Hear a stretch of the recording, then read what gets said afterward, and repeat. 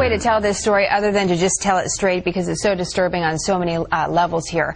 U.S. military records show that the Air Force dumped the remains of at least 274 American soldiers in a Virginia landfill, and that number is far greater than the military had previously acknowledged before stopping this secretive practice 3 years ago. Jennifer Griffin is live at the Pentagon with more on this. You just taken that image of the dump, and God, so many things go through your mind, Jennifer. What was the Air Force doing with the remains of our troops?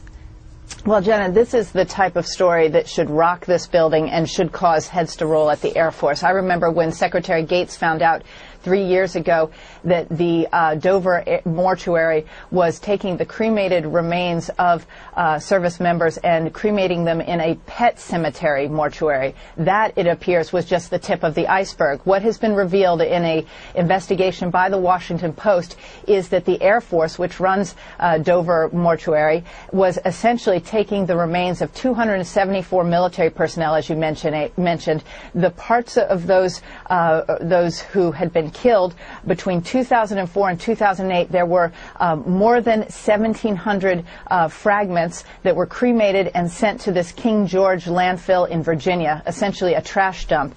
The revelations came about after a 4-year investigation by the widow of Sergeant Scott Smith. He was in a bomb disposal unit, had been killed in July 2006, and she kept asking questions of the Air Force where the remains of her husband had gone. Eventually she got the answer, and when she got the answer, she shared it with the Washington Post, and that's how we know about this story.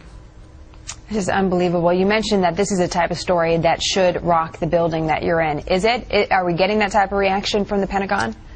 Well, the Air Force has been slow to react. The Defense Secretary's spokesman, who I spoke to this morning, George Little, says that the Secretary is aware of the story, and he is supporting right now a practice that began in 2008, which is to bury the cremated remains at sea.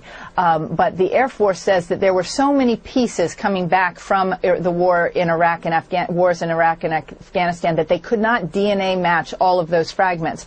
And what I know from my experience when I covered suicide bombings in Israel, Israel had a very, very quick system to match all the DNA of anybody who was killed in a suicide bomb blast so that they could be given a proper Jewish burial within 24 hours. So the fact that the Air Force says that there wasn't a technique to match those fragments just is not true from my experience. Jenna.